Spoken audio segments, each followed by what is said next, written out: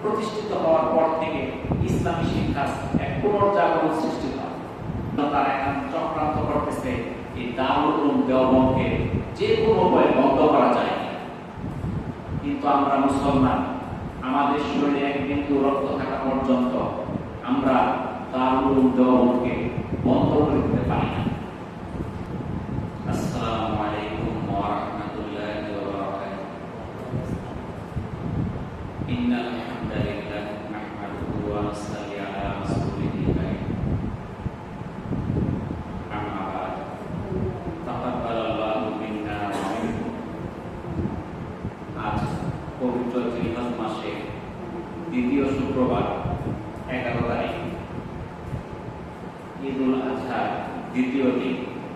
মহান আল্লাহ তাআলা সূরা বাকারার 155 এবং 156 নম্বর আয়াতে বলেন, নিশ্চয়ই আমি তোমাদের ভয়, ক্রোধা এবং ধন সম্পদ, জীবন ও ফল ফসলের ক্ষয়ক্ষতি দ্বারা অবশ্যই পরীক্ষা করব। তুমি ধৈর্যশীলদের শুভ সংবাদ দাও, যারা তাদের পর বিপদ আপতিত হলে বলে, আমরা তো আল্লাহর জন্য, এবং নিশ্চিতভাবে তার থেকে প্রত্যাবর্তনকারী। সূরা বাকারা আয়াত 155-56। আবু হুরায়রা রাদিয়াল্লাহু তাআলা থেকে বর্ণিত, রাসূলুল্লাহ সাল্লাল্লাহু আলাইহি সাল্লাম বলেন, যে ব্যক্তি কারো দুনিয়ার কোনো বিপদ দূর করবে, মহান আল্লাহ তাআলা তাকে কিয়ামতের দিন বিপদ থেকে দূর করবেন। তিরমিজি 2945 নম্বর হাদিস।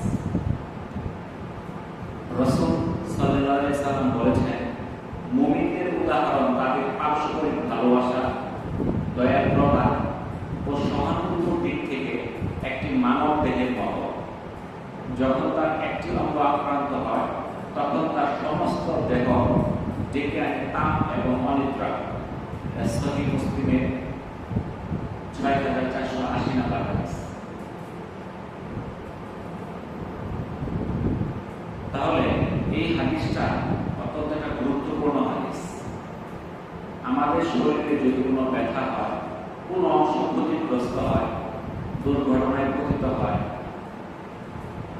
তো সেই ব্যথাটা ওই জায়গায় সীমাবদ্ধ থাকে না। হয়তো দেখা গেল যে একটা লোক রাস্তা দিয়ে যাচ্ছে, যাওয়ার সময় হঠাৎ পায়ের মধ্যে সে ব্যথা পায় গেল, হয়তো তার নখ উঠে গেল, অন্য কোনো ক্ষতি হল। দেখা যায় এই ব্যথা তার সারা শরীরে ছড়াই পড়ে।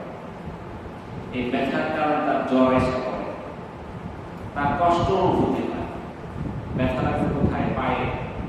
জ্বর কি পায়ের মধ্যে আছে? সারা শরীরে ছড়াই পড়ে। রাসূল সাল্লাল্লাহু আলাইহি সাল্লাম এরকম ভাবে উদাহরণ দিলেন যে মুমিনদের উদাহরণ পারস্পরিক ভালোবাসা, দয়াদ্রতা, সহানুভূতি, এগুলোর কার সাথে তুলনা করা যায়? একটি মানব দেহের মতো।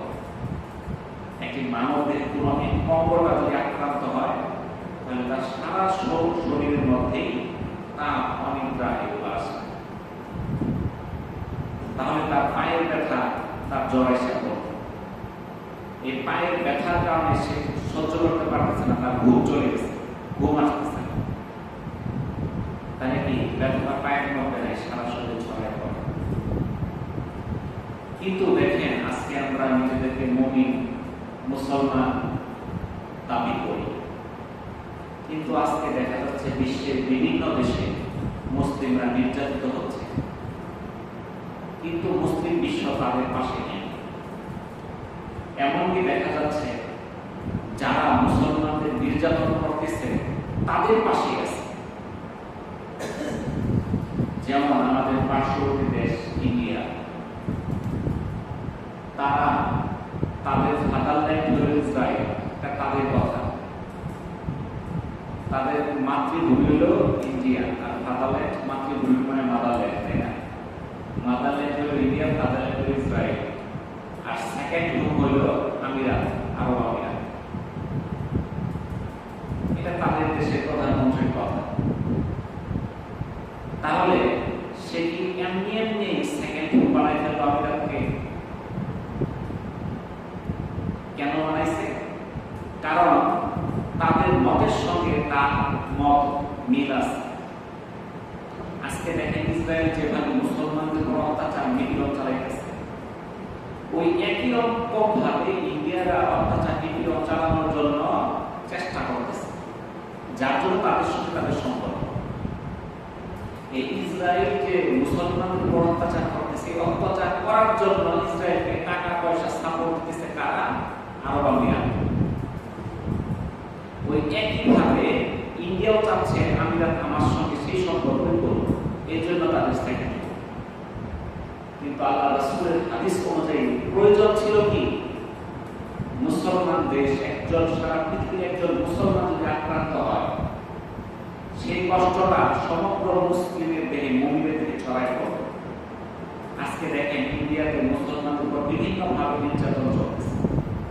তারা গরু, মহিষ, উট এগুলো কুরবানি নিষিদ্ধ করেছে। তারা খোলা জায়গায় নামাজ নিষিদ্ধ করেছে। আমরা যেহেতু ঈদের নামাজ পড়ি খোলা জায়গায় পড়তে দেবে না। মাইকে আজান নিষিদ্ধ করেছে। মুসলমানদের ঘরবাড়ি, ব্যবসায়িক প্রতিষ্ঠান বুলডোজার দিয়ে ধ্বংস করে দিয়েছে। তারা ইতিমধ্যে বাবরি মসজিদকে মন্দিরে রূপান্তর করেছে। এই কয়েকদিন আগে আরেকটা মসজিদের মধ্যে মূর্তি উঠায় তারা পূজা শুরু করছে। এখন তারা নতুন চক্রান্ত শুরু করেছে। তারা বলতেছে দারুল উলুম দেওবন্দ মাদ্রাসা। এই মাদ্রাসার নিচে প্রাচীন শিব মন্দির আছে, এরকম তারা ভ্রান্ত দাবি নিয়ে তারা সঞ্চার করেছে। উত্তরপ্রদেশের দেওবন্দ শহর এশিয়ার অন্যতম বৃহত্তম ইসলামী প্রতিষ্ঠান এই দারুল উলুম দেওবন্দ। এটা এশিয়ার বৃহত্তম একটা ইসলামিক শিক্ষা প্রতিষ্ঠান। সেখানে গেরুয়া হিন্দু যারা, তারা আজকে দাবি জানাচ্ছে এই মাদ্রাসার 14 ফুট নিচে শিব মন্দির আছে। কিন্তু তাদের এই দাবির পক্ষে কোনো দলিল বা ঐতিহাসিক কোনো ভিত্তি নাই। তাহলে তাদের এই দাবি কি জন্য? তাদের দাবির মূল উদ্দেশ্য যেইভাবে তারা বাবরি মসজিদকে মন্দিরে রূপান্তর করেছে, তারা এই দারুল উলুম দেওবন্দকেও তারা ধ্বংস করতে চায়। কারণ সেটা ইসলামের একটা বাকি ঘর। এটা এশিয়ার আল আজহার বলা হয়। এই দারুল উলুম দেওবন্দকে এশিয়ার কি বলা হয়? আল আজহার। 1866 সালে 30 মে এটি প্রতিষ্ঠিত হয়। 1857 সালে সিপাহী বিদ্রোহের পর ভারতের মুসলমানরা যখন খুব অসহায়, দিশেহারা অবস্থার মধ্যে পড়ে, তখন তাদের মধ্যে এই সাম্রাজ্যবাদ বিরোধী এবং ইসলামী পুনরুজ্জীবনবাদী চেতনা বিস্তারের লক্ষ্যে মাওলানা কাশিম নামদানির নেতৃত্বে এই দেওবন্দের 7টা মসজিদের এই শিক্ষা প্রতিষ্ঠান কার্যক্রম শুরু হয়, যেটি ভারতীয় উপমহাদেশে এই যে আমাদের কওমি শিক্ষা, যে শিক্ষার কল্যাণে আজকে আমরা নামাজ শিক্ষা করতে পারতেছি, কোরআনের শিক্ষা করতে পারতেছি, দ্বীনের শিক্ষা করতে পারতেছি, সেই দারুল উলুম দেওবন্দের কল্যাণে আমাদের দেশগুলোতে এই বৃহত্তর ভারতীয় উপমহাদেশ, ভারত, বাংলাদেশ, পাকিস্তান, এই প্রত্যেকটা দেশে ইসলামের নবজাগরণ সূচনা হয় এই দারুল উলুম দেওবন্দের মাধ্যমে। আমাদের দেশে ইসলাম এসেছে অনেক আগে, কিন্তু ইসলামকে বিভিন্নভাবে দমিয়ে রাখার জন্য চেষ্টা করা হয়েছে। ইসলামী শিক্ষার ক্ষেত্রে বাধার সৃষ্টি করা হয়েছে। এই দারুল উলুম দেওবন্দ 1866 সালে প্রতিষ্ঠিত হওয়ার পর থেকে ইসলামী শিক্ষার এক পুনর্জাগরণ সৃষ্টি হয়। হিন্দুরা বুঝে গেছে এই প্রতিষ্ঠানকে যদি বন্ধ করা যায় তাহলে ইসলামী শিক্ষাকে দমন করা যাবে, যার জন্য তারা এখন চক্রান্ত করতেছে এই দারুল উলুম দেওবন্দকে যে কোনো উপায়ে বন্ধ করা যায়। কিন্তু আমরা মুসলমান, আমাদের শরীরে এক বিন্দু রক্ত থাকা পর্যন্ত আমরা দারুল উলুম দেওবন্দকে বন্ধ করে দিতে পারি না। আমাদের প্রতিবাদ জানাতে হবে, আমাদেরকে বিরুদ্ধে আন্দোলন করতে হবে। এত নির্যাতন, এত চক্রান্তের পর মুসলিম বিশ্ব এসব বিশ্বাসঘাতকদের পাশে গেছে। তারা কোনো প্রতিবাদ করছে না, কোনো প্রতিক্রিয়াও দেখাচ্ছে না। মুসলিম বিশ্ব যদি ইচ্ছা করতো তাহলে তারা প্রতিক্রিয়া দেখাতে পারত, তারা প্রতিবাদ করতে পারত, তাদের সঙ্গে ব্যবসায়িক সম্পর্ক বন্ধ করতে পারত। কিন্তু না, তাদের সঙ্গে সকল সম্পর্ক আছে। এই যে আমরা পত্রপত্রিকায় দেখতেছি ইন্ডিয়াতে বিভিন্ন কিছু হচ্ছে, এর বিরুদ্ধে এই যে মুসলিম বিশ্ব, সৌদি আরব, কুয়েত, কাতার, বাহরাইন, সংযুক্ত আরব আমিরাত, মিশর, তুরস্ক, কেউ কিছু বলেছে, শুনছেন আপনারা? কোন প্রতিবাদ করছে? তারা চুপ উঠে আসছে। বিশ্বের মধ্যে ওআইসি আছে, কিন্তু ওআইসি কোনো কার্যক্রম নাই। এক মুসলিম দেশ বিপদগ্রস্ত হলে আরেক মুসলিম দেশ তার কাছে আসে না, পারলে তাকে ডোবানোর জন্য আরো চেষ্টা করে। ভারতে শুধু এই গরু মহিষ কোরবানি করা বন্ধ করছে এমনটা একটা না, তারা ছাগল, দুম্বা, বকরি কোরবানির মধ্যে তারা বাধা সৃষ্টি করতেছে। আপনারা হয়তো মোবাইলে কিংবা খবরে দেখছেন, এক জায়গায় কিছু ছাগল রাখছিল, তখন বলছে আবাসিক এলাকায় ছাগল রাখা যাবে না, পরিবেশ দূষণ হয়, সেখানে কোরবানি করা যাবে না। আবার নিষেধাজ্ঞা দিচ্ছে খোলা জায়গায় করা যাবে না। কোথায় করবেন? আবাসিক এলাকা নিষেধ, খোলা জায়গা নিষেধ, কোথায় করবেন? করতে হবে কোথায়? তাদের যেখানে ওই যে মাংস প্রসেসিং করে, আমরা যেটা বলি কসাইখানা, সেই কসাইখানা ওই প্রত্যেকটা প্রদেশের মধ্যে কয়টা কসাইখানা আছে? কুরবানি যদি পশু নিয়ে যায় ওখানে কয়টা, তার তো 1 মাস করতে হবে। আমাদের এই কুরবানি করার সময় 1 মাস নির্দিষ্ট জায়গার মধ্যে, আবার যখন নিয়ে যাবে তখন তার বাধা দিবে, এই রাস্তা দিয়ে কেউ নিয়ে যাবো, টাকা কাটবে। এটা হচ্ছে এমনকি সেখানে দেখা গেছে শুকর নিয়ে গেছে এই কুরবানির পশুর কাছে। তাই কিভাবে মুসলমানদেরকে আপনার নির্যাতন করছে দেখতে পাচ্ছেন। মুসলিম ব্যবসায়ী প্রতিষ্ঠান থেকে ওদের যারা রাজনৈতিক নেতা, তারা বলতেছে মুসলমানদের কাছ থেকে কোনো কেনাকাটা করবেন না, তাদের দোকান যাবেন না, তাদেরকে কোনো কাজ দিবেন না। মুসলমানদের জোর করে ধরে তাদের তিলক পরায় দেওয়া হচ্ছে, তাদেরকে জয়শ্রী বলার জন্য বাধ্য করতেছে। যদি কোনো মেয়ে লেবাস পরে, হিজাব পরে, কোনো যদি পুরুষ যদি সুন্নতি পোশাক পরে, তার উপর নির্যাতন করতেছে। ভারতের এই রাজনৈতিক নেতৃবৃন্দ প্রকাশ্যে মুসলমানদের উপর হুমকি দিতেছে, তারা মুসলমানদের উপর বৈষম্যমূলক আচরণ করতেছে। কিন্তু মুসলিম বিশ্বের কোনো এখানে চেতনাই নাই। আপনারা কি দেখছেন কাউকে প্রতিবাদ করতে? নাই। কিন্তু আমরা আফসোস করি শুধু এই যে এই সকল দেশের সঙ্গে মুসলিম দেশগুলোর সম্পর্ক দহরম অবস্থা, খুব সুসম্পর্ক। তবে ইন্ডিয়াতে যেভাবে মুসলমানদের উপর বিদ্বেষ শুরু হয়েছে, এতে বোঝা যায় গাজওয়াতুল হিন্দের লক্ষণ শুরু হয়ে গেছে।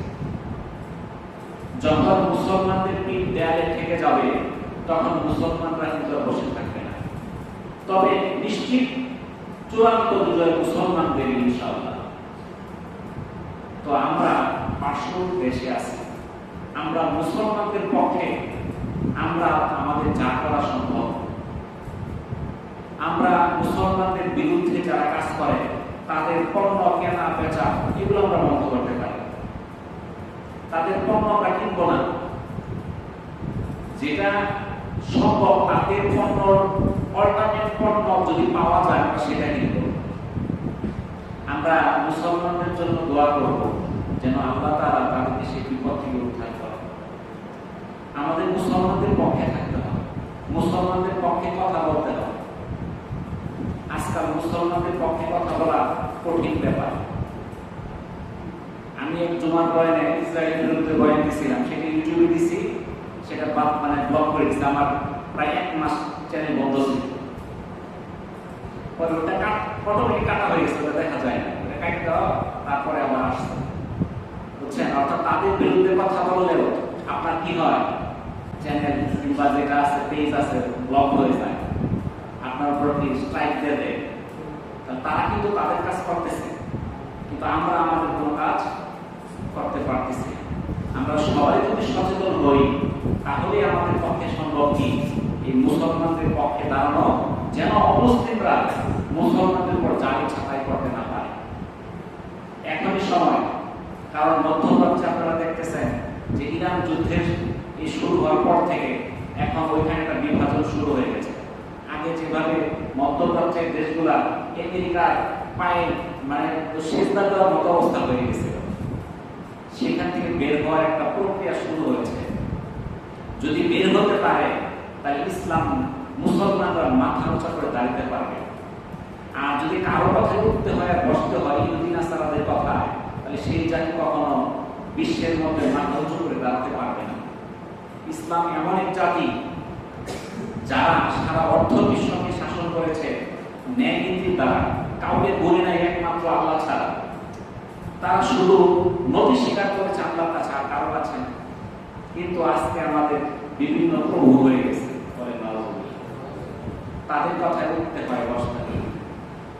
রাসূল করিম সাল্লাল্লাহু আলাইহি সাল্লাম বলেছেন, দয়াশীলদের উপর করুণাময় আল্লাহ দয়া করেন, তোমরা দুনিয়াবাসীকে দয়া করো, তাহলে যিনি আসমানে আছেন তিনি তোমাদের দয়া করবেন। সুনানে আবু দাউদের 4941 নম্বর হাদিস। অর্থাৎ মহান রব্বুল আলামিন আমাদের জন্য একটা সুসংবাদ দিয়েছেন আল্লাহ রাসূলের মাধ্যমে।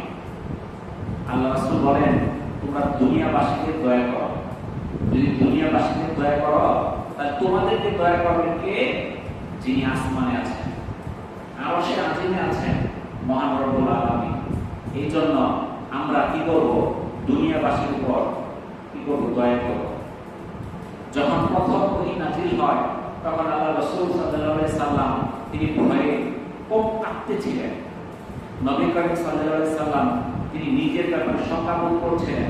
তখন খাদিজাতুল কুবরা রাদিয়াল্লাহু তাআলা আনহা রাসূল সাল্লাল্লাহু আলাইহি সাল্লামকে অভয় দিলেন, বললেন, আল্লাহ আপনাকে কখনো লাঞ্ছিত করবেন না। আপনি তো আত্মীয় স্বজনদের সঙ্গে সদাচরণ করেন, অসহায় দুস্থদের দায়িত্ব বহন করেন, নিঃস্বকে সহযোগিতা করেন, মেহমানদের আপ্যায়ন করেন এবং হক পথে দুর্দশাগ্রস্তকে সাহায্য করেন। সহিহ বুখারীর 3 নম্বর হাদিস। তাহলে আল্লাহ রাসূল কি কাজ করতেন? আল্লাহ রাসূলের কাজ ছিল আত্মীয় স্বজনদের সঙ্গে সৎ ব্যবহার করা, ভালো ব্যবহার করা। কিন্তু আমাদের দেখা যায় আত্মীয় স্বজনের মধ্যে যত সমস্যা, গন্ডগোল, হিংসা, বিদ্বেষ। আল্লাহ রাসূল অসহায় দুস্থদের দায়িত্ব নিতেন। আজকে আমরা দুস্থ অসহায় পাইলে তার কাছ থেকে কি করে ছিনিয়ে নেওয়া যায়, তার কাছ থেকে সম্পদ কিভাবে লুণ্ঠন করা যায়, সেই চেষ্টা আমরা করি। আপনারা দেখছেন গত 2-3 দিন আগে একটা বাচ্চা 11 বছর কিংবা 12 বছর বয়স, তার পিতা স্ট্রোক করেছে, অসুস্থ, তার পক্ষে আয় উপার্জন করা সম্ভব না। ওই বাচ্চার বাপ অটো চালাইতো, অটো রিক্সা। এই যে 10-11 বছরের বাচ্চা, সে তার পরিবারের খাদ্যের জন্য সে এই অটো রিক্সাকে বের হয়েছে। 2 লোক বের হয়েছে, ওই রিক্সাটা কি করে নেওয়া যায়, ওই গাড়িতে উঠছে, ওইটা বলতে কোনো জায়গায় যাও, কিছুক্ষণ পরে বলে এটা খাও সেটা খাও, বাচ্চা তো খায় না। তখন লোকেরা দেখতেছে এই লোকের এই ছেলে তো সহজ হয়ে গেছে না, তখন রোজ ওইখান থেকে একটু পানি নিয়ে আসো যাও। যখন পানি আনতে পাঠাইছে, এরা অটো রিক্সাটা নিয়ে চলে গেছে। তাহলে একটা অসহায় বাচ্চা যে তার নিজের পরিবারের দায়িত্ব নিচ্ছে, তার অটো রিক্সাটাকেও আমরা ছাড়তেছি না। এটা সারা দেশে ভাইরাল হয়েছে। পরবর্তীতে তার অটো রিক্সাটা উদ্ধার করছে প্রশাসন, সেটা উদ্ধার করে দেওয়া হয়েছে। কিন্তু দেখেন, যারা এই বাচ্চাটার অটো রিক্সাটা নিয়ে গেল, তারা যায় দেখেন তারাও মুসলমান, নামে মুসলমান।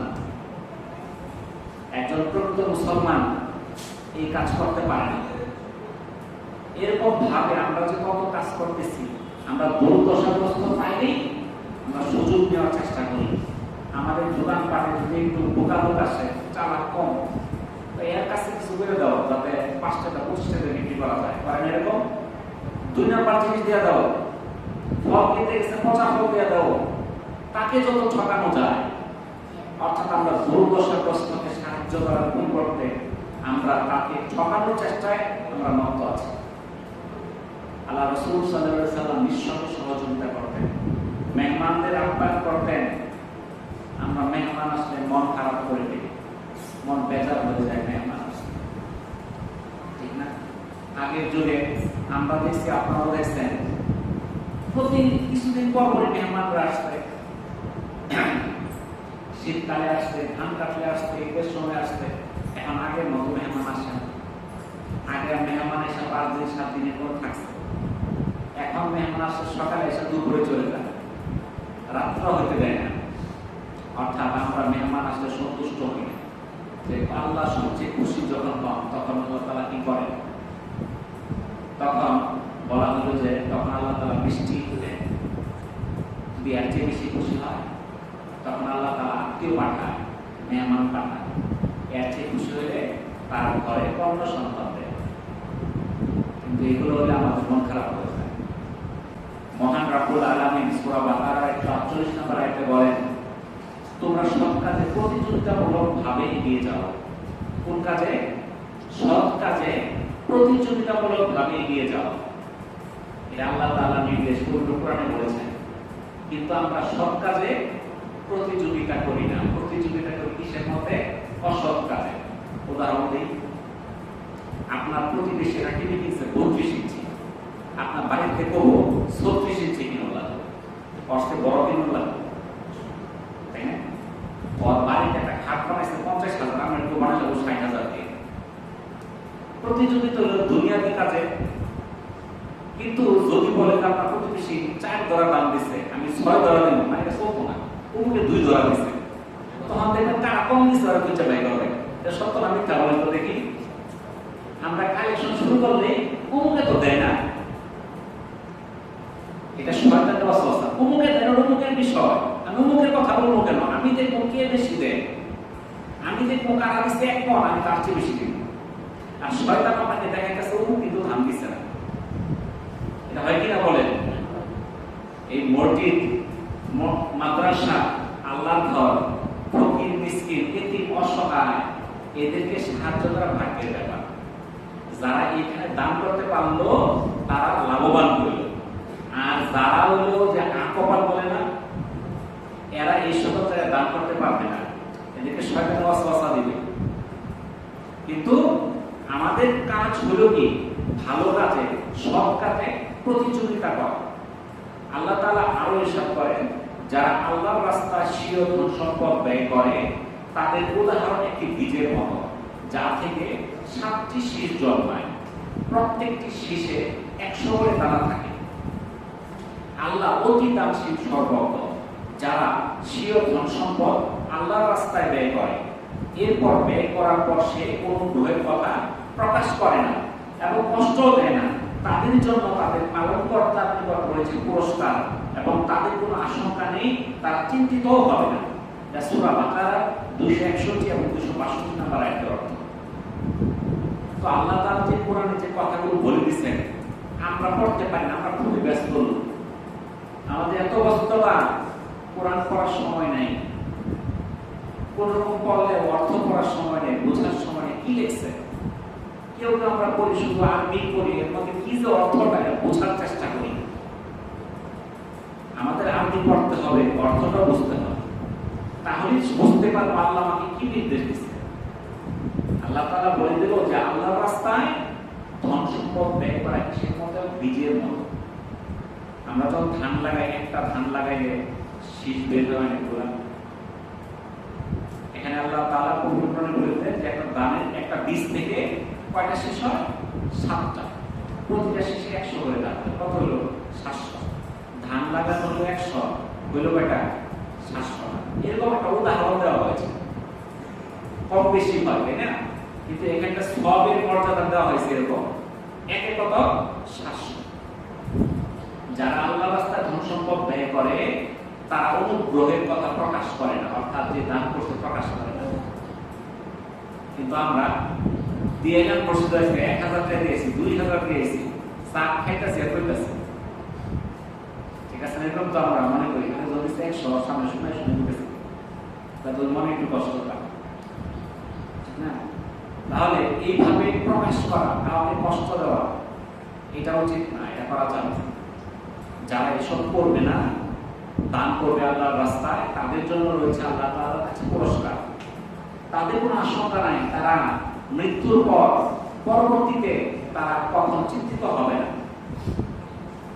আল্লাহ তাআলা বলেন, যারা আল্লাহর রাস্তায় স্বীয় ধন সম্পদ ব্যয় করে আল্লাহ সন্তুষ্টি অর্জনের লক্ষ্যে এবং নিজের মনকে সুদৃঢ় করার জন্য, তাদের উদাহরণ টিলায় অবস্থিত বাগানের মতো, যাতে প্রবল বৃষ্টিপাত হয়, অতঃপর দ্বিগুণ ফসল দান করা হয়। যদি এমন প্রবল বৃষ্টিপাত নাও হয়, তবে হালকা বর্ষণ যথেষ্ট। আল্লাহ তাআলা তোমাদের কাজকর্ম যথার্থ প্রত্যক্ষ করেন। সূরা বাকারার 265 নম্বর আয়াতের অর্থ। আল্লাহ তাআলা সূরা আনফালের 2 থেকে 4 নম্বর আয়াতে বলেন, সন্দেহ নেই মুমিন তো তারাই আল্লাহর নাম উচ্চারিত হলে যাদের অন্তর ভীত সন্ত্রস্ত হয়ে পড়ে। যখন তাদের নিকট তার আয়াতসমূহ তিলাওয়াত করা হয়, তখন তারা তাদের ঈমানকে বাড়িয়ে দেয় এবং তারা তাদের প্রভুর উপর ভরসা রাখে। যারা যথারীতি নামাজ আদায় করে, আমি তাদেরকে যে রিজিক দিয়েছি তার থেকে তারা ব্যয় করে, এরাই হচ্ছে প্রকৃত মুমিন। তাদের জন্য তাদের প্রভুর নিকট রয়েছে সুউচ্চ মর্যাদা, ক্ষমা এবং সম্মানজনক রিজিক। তাহলে মুমিন কারা? এটার পরিচয়, এক বর্ণনা, এক ডেফিনেশন আল্লাহ তাআলা পবিত্র কোরআনে দিয়ে দিলেন সূরা আনফালে। ঈমানদার কারা, মুমিন কারা, এর বর্ণনা আল্লাহ তাআলা বলে দিলেন, যাদের সামনে আল্লাহর নাম উচ্চারিত হলে তাদের মনটা ভয়ে কেঁপে ওঠে, ভীত সন্ত্রস্ত হয়। কারণ আল্লাহ তাআলা আমাদের সৃষ্টিকর্তা। আল্লাহ তাআলা যদি দয়া না করে, আমার এক সেকেন্ড বাঁচার কোনো ক্ষমতা নাই। তাহলে আল্লাহর হুকুমকে আমার মানতে হবে, আমার স্রষ্টাকে আমার ভয় পেতে হবে। আল্লাহ তাআলার আয়াত যখন শুনে, কোরআন তিলাওয়াত যখন শুনে, তখন তার ঈমান বেড়ে যায় এবং তারা শুধু ভরসা করে কার উপর? আল্লাহর উপর। তারা যথারীতি নামাজ আদায় করে এবং যে রিজিক আল্লাহ তাআলা দিয়েছে তা থেকে ব্যয় করে। কিন্তু আজকে আমরা নামাজের মধ্যে মুসল্লি পাওয়া খুব কঠিন। জুমার নামাজ কিছু হয়, ঈদের নামাজে হয়, কিন্তু 5 ওয়াক্ত নামাজে হয় না। আমরা গতকাল ঈদের নামাজ পড়ছি, মসজিদ হয়ে গেছে, বারিন্দাত হয়ে গেছে। ওই নামাজটা কি ফরজ? ওয়াজিব নামাজ। কিন্তু কালকে ফজরের সময় যে ফরজ নামাজটা ছিল, সেটা ওয়াজিব না ফরজ? ফরজ। কিন্তু দেখা যায় অনেক সময় 2 জন 3 জন 4 জনের মধ্যে একটা তার হয় না। তাহলে আমাদেরকে এই যথারীতি নামাজ আদায় করতে হবে, আর যা আল্লাহ তাআলা আমাদেরকে রিজিক দিয়েছে সেখান থেকে ব্যয় করতে হবে। তারাই হচ্ছে প্রকৃত মুমিন। আর এই প্রকৃত মুমিনদের জন্য রয়েছে সুউচ্চ মর্যাদা, ক্ষমা আর সম্মানজনক রিজিক। পবিত্র কোরআনে আল্লাহ তাআলা বলেন, শয়তান তোমাদেরকে দরিদ্রতার ভয় দেখায় আর তোমাদেরকে মন্দ কাজের অর্থাৎ কৃপণতার আদেশ দেয়। সূরা বাকারার 268 নম্বর আয়াতের অর্থ। আমরা যখন দান করতে চাই, শয়তান কি বলে? দারিদ্রতার ভয় দেখায়। এই তুমি দান করো, তুমি গরিব হয়ে যাবে। তুমি যাকাত দাও, তুমি গরিব হয়ে যাবে। অনুসর দিলে তোমার ফসল লস হবে। তুমি হজ করলে অনেক টাকা চলে যাবে। এরকম ভাবে আমাদের দারিদ্রতার ভয় দেখায়। সে কৃপণতার আদেশ করে। আপনি দান করে, দান করবেন, আপনার সম্পদ কখনো কমবে না। আপনি হজ করবেন, আপনি গরিব হবেন না।